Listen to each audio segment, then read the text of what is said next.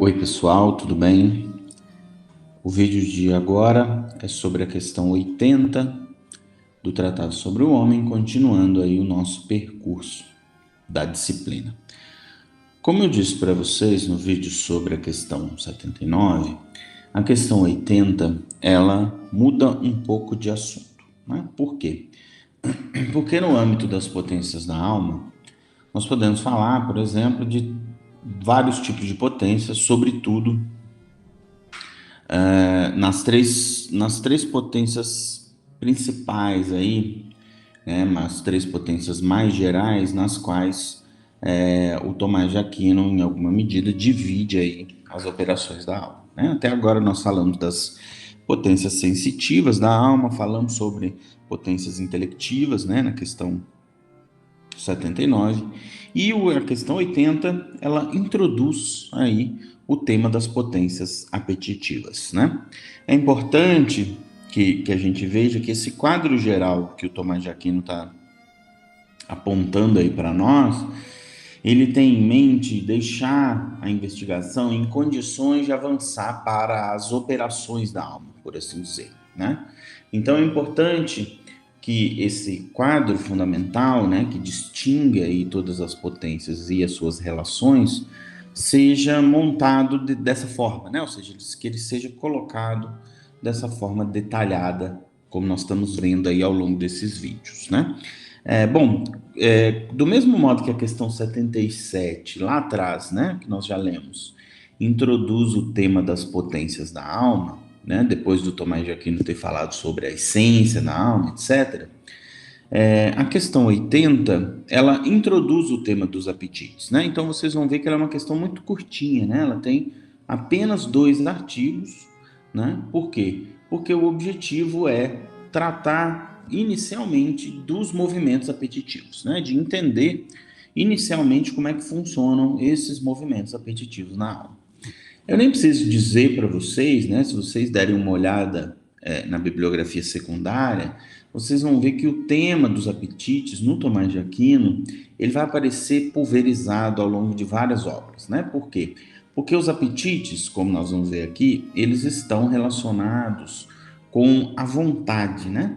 A voluntas. Isso é um tema muito forte dentro do pensamento medieval, porque as instâncias relacionadas às ações humanas, elas estão permeadas por esse elemento, né? A vontade.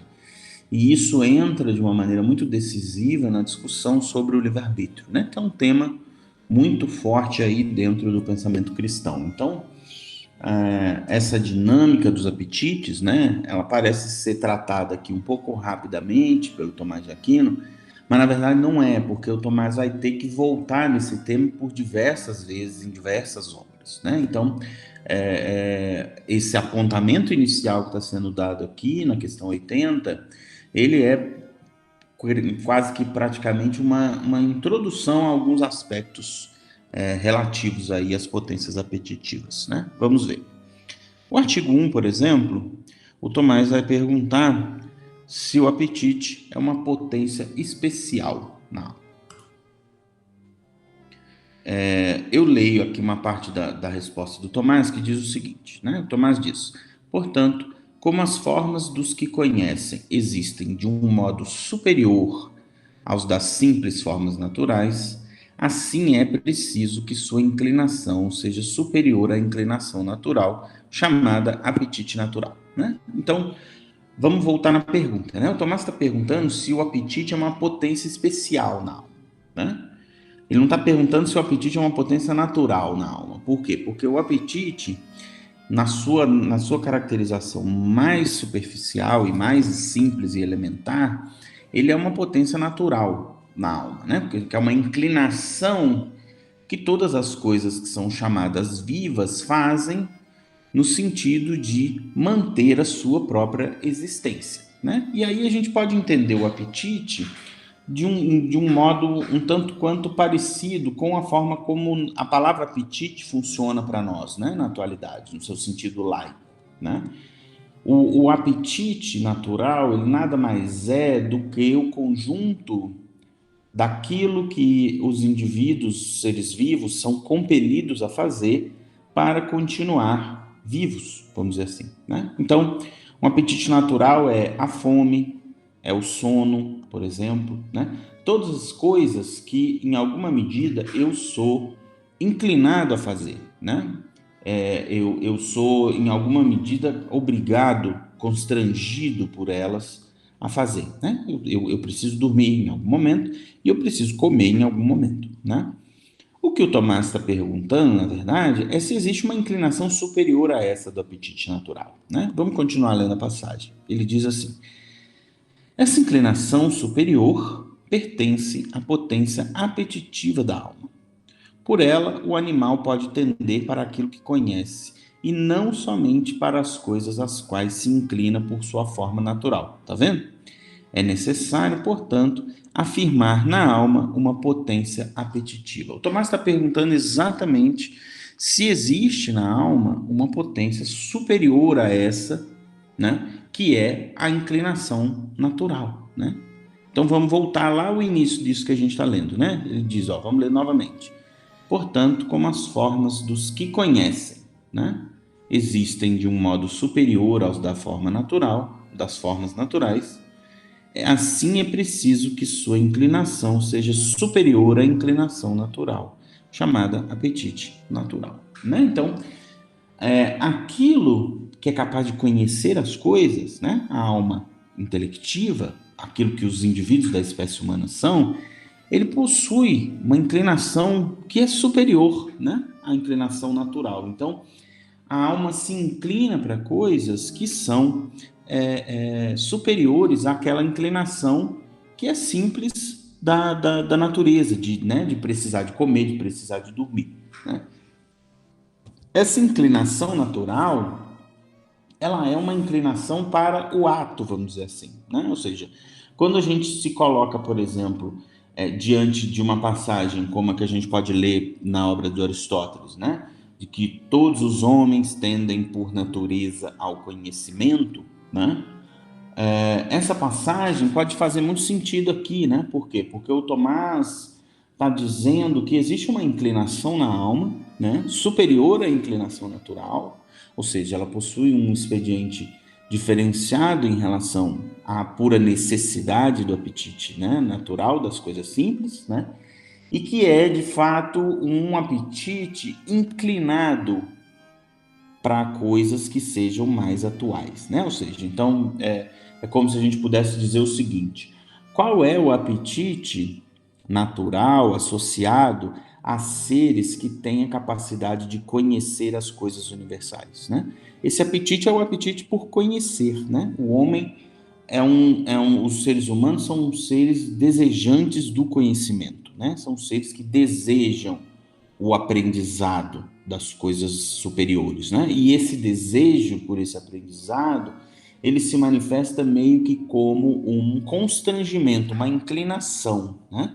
Ou seja, os seres vão aprender obrigatoriamente, naturalmente, né? E serão constrangidos, né? Eu posso dizer dessa maneira, a aprender, né? Porque dizer que uma coisa se inclina naturalmente à outra é dizer que, em alguma medida, ela está constrangida a realizar aquela inclinação, né?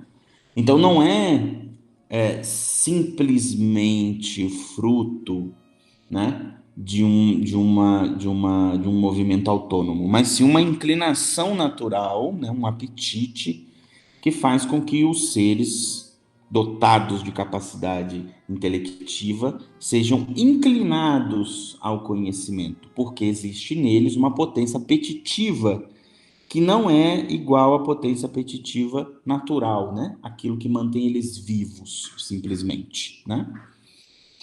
Vamos ver o artigo 2, que isso fica um pouco mais claro, né? No artigo 2, o Tomás diz o seguinte, né? Ele pergunta se o apetite sensitivo, esse apetite natural do qual eu falei agora há pouco, e o apetite intelectivo, que é essa potência especial que o Tomás de Aquino está perguntando no artigo 1, se esses dois são potências diferentes, né? O Tomás de Aquino está perguntando se esses dois seriam potências diferentes, né? Eu leio.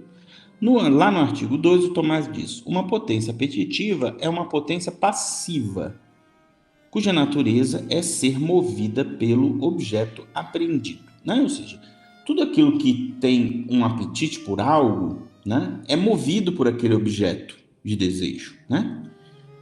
Eu gosto de brincar com os meus alunos que, quando eu estou tratando desses assuntos, né, de dizer o seguinte: o apetite ele não traz você até as coisas, ele leva você até as coisas, né? Ou seja, quando você está com fome, né, uma potência apetitiva sensitiva, né? Quando você está com fome, você vai até onde está a comida, né?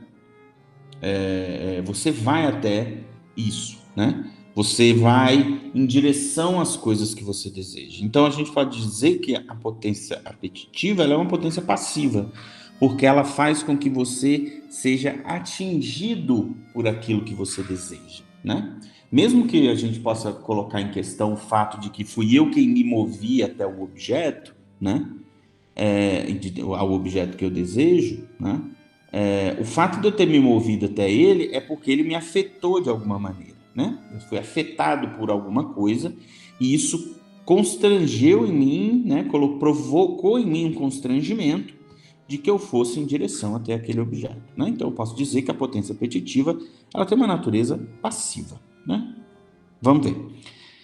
Visto que o objeto apreendido pelo intelecto é de gênero diverso do objeto apreendido pelo sentido, segue-se que o apetite intelectivo é uma potência distinta do apetite intelectivo. Por quê? Né? Por que confrontar essas duas passagens? Bom, o que ele está dizendo é que o objeto do apetite intelectivo é diferente do objeto do apetite sensitivo. Por quê?